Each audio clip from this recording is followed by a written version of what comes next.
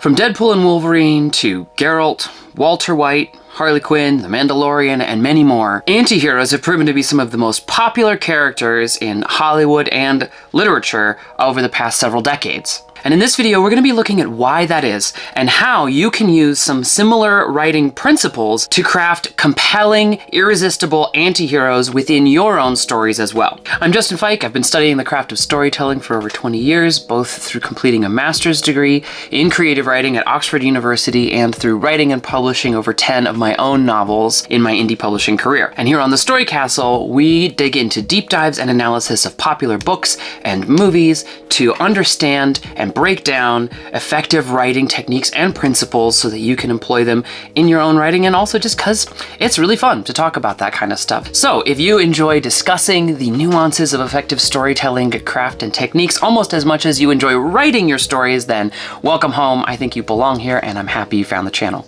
So I think we should start by talking a little bit about what an anti-hero character is. How do we define it? But also why this archetype has consistently proven to be so popular with such a wide range of audiences. I think the best way to understand what an anti-hero character is to think of a simple breakdown on a spectrum of a character's approach to both the ends they are working towards and the means that they use to work towards achieving those ends. A more traditionally heroic or good character, generally speaking, is working towards good ends and using good means, at least through the lens of the audience's general understanding of those categories. So they might be working to save a family member or save the world, and broadly they're attempting to do that through means and actions and choices that we would both understand but also approve of, and look at that and say, yes, that is like a noble or appropriate or correct way of doing things.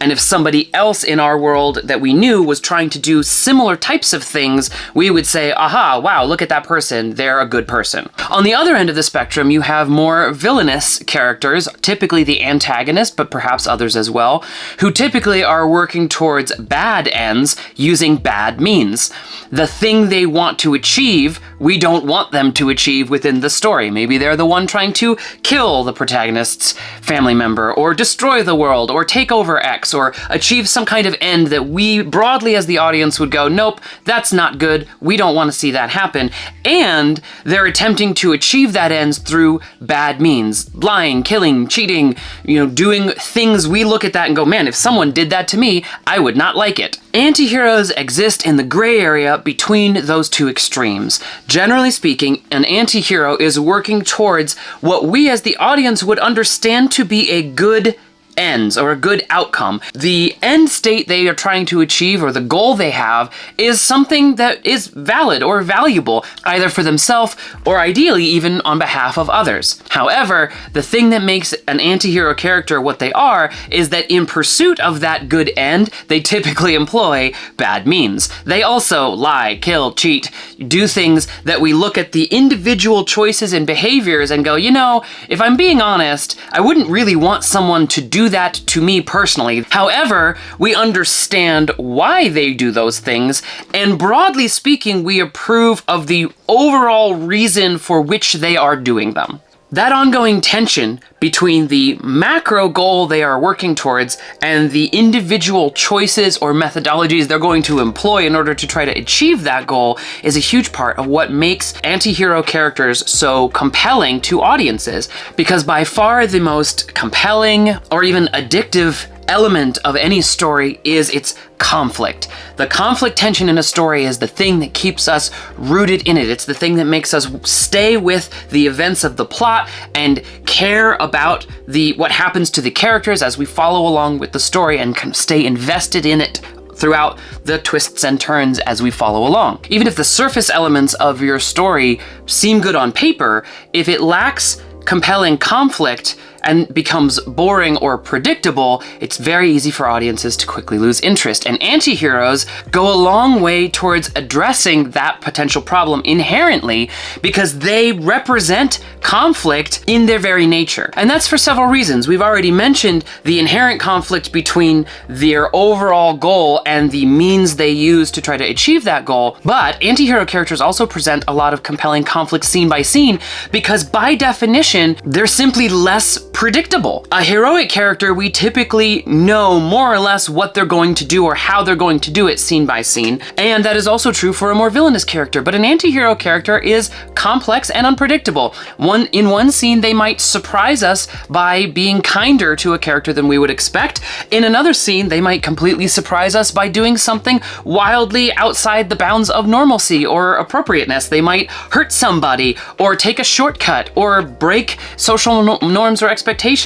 in various ways, and that kind of puts us in that state of constantly wondering, what are they going to do next? Which is one very compelling form of conflict interest. So when you are working at writing an anti-hero character into your story, the first thing that it's important to make sure you do is to really stop and think about what is their end goal, and making sure that their end goal is something that we as the audience can get behind and can get invested in, can both understand and approve of, but also make sure that you don't establish them as an anti-hero character, but then get too settled into a rut of having their choices and behaviors either be consistently bad or consistently good. Take the opportunity to write bigger and more exciting and more unexpected scenes by allowing your character to change things up moment by moment, and to sometimes be more virtuous and sometimes be more flawed, and keep us guessing about which aspect of that character we're going to get moment to moment. That tension is, again, one of the things that makes anti-hero characters so compelling,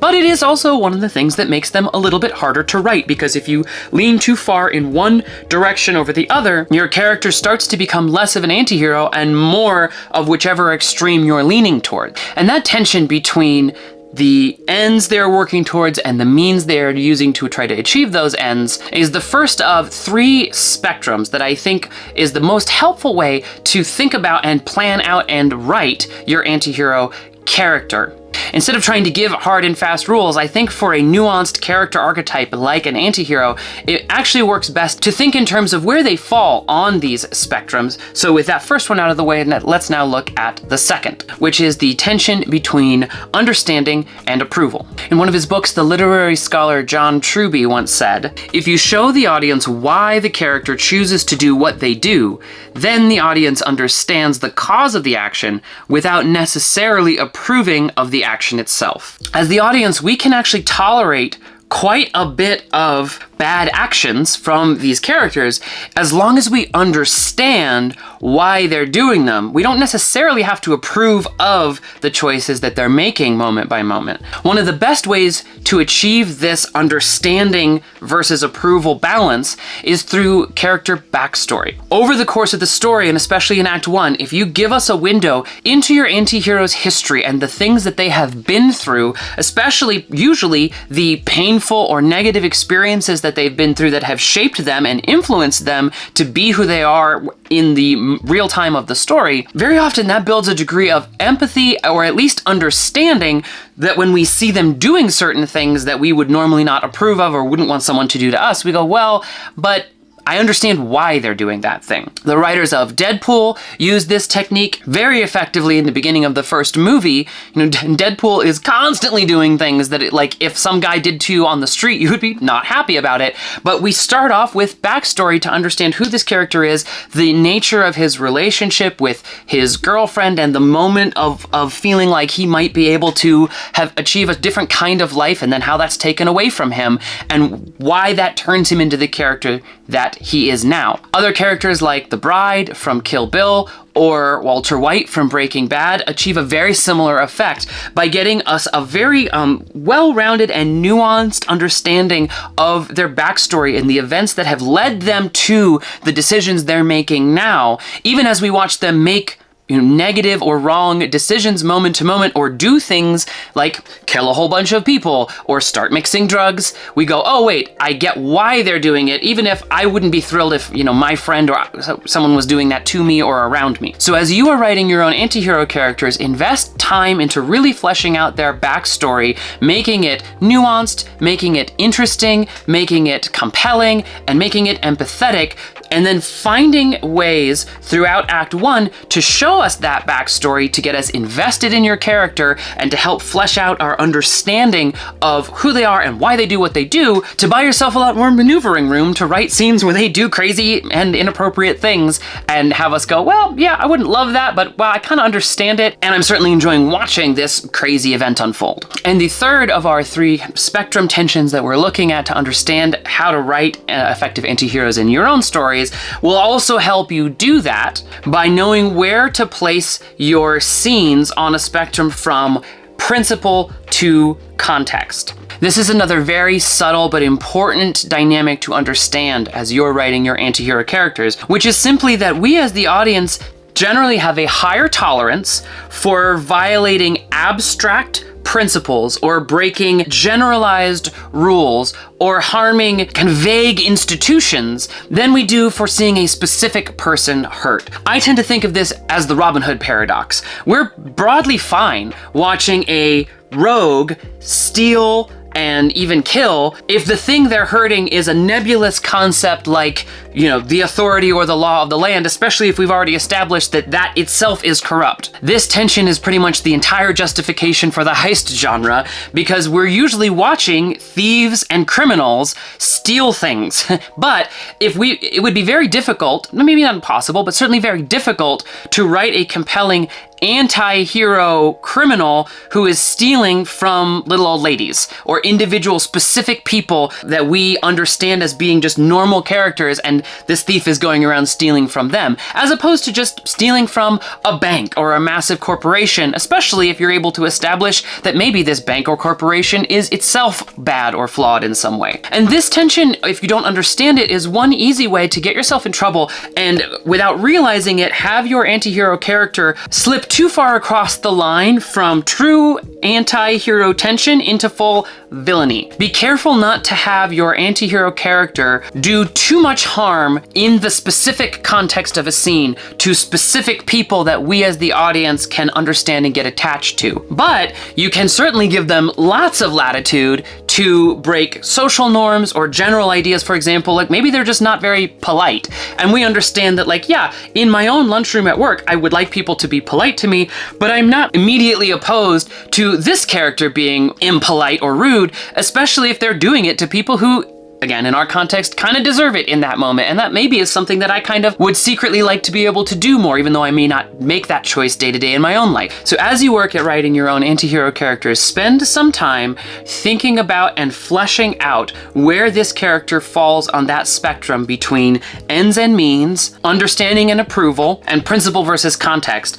And the more you are able to clearly place them in each of those spectrums, the easier you will find it to write a memorable, compelling, and unforgettable anti-hero character within your stories. But for as helpful as that will be, if you are writing that kind of character, they will still only be one of the many characters in your overall cast. So if you would like a better understanding of the overall approach to writing effective characters, regardless of what kind of archetype they are, I have a video where I discuss in depth an understanding and breakdown of character dynamics, and I will link that here for you to watch next.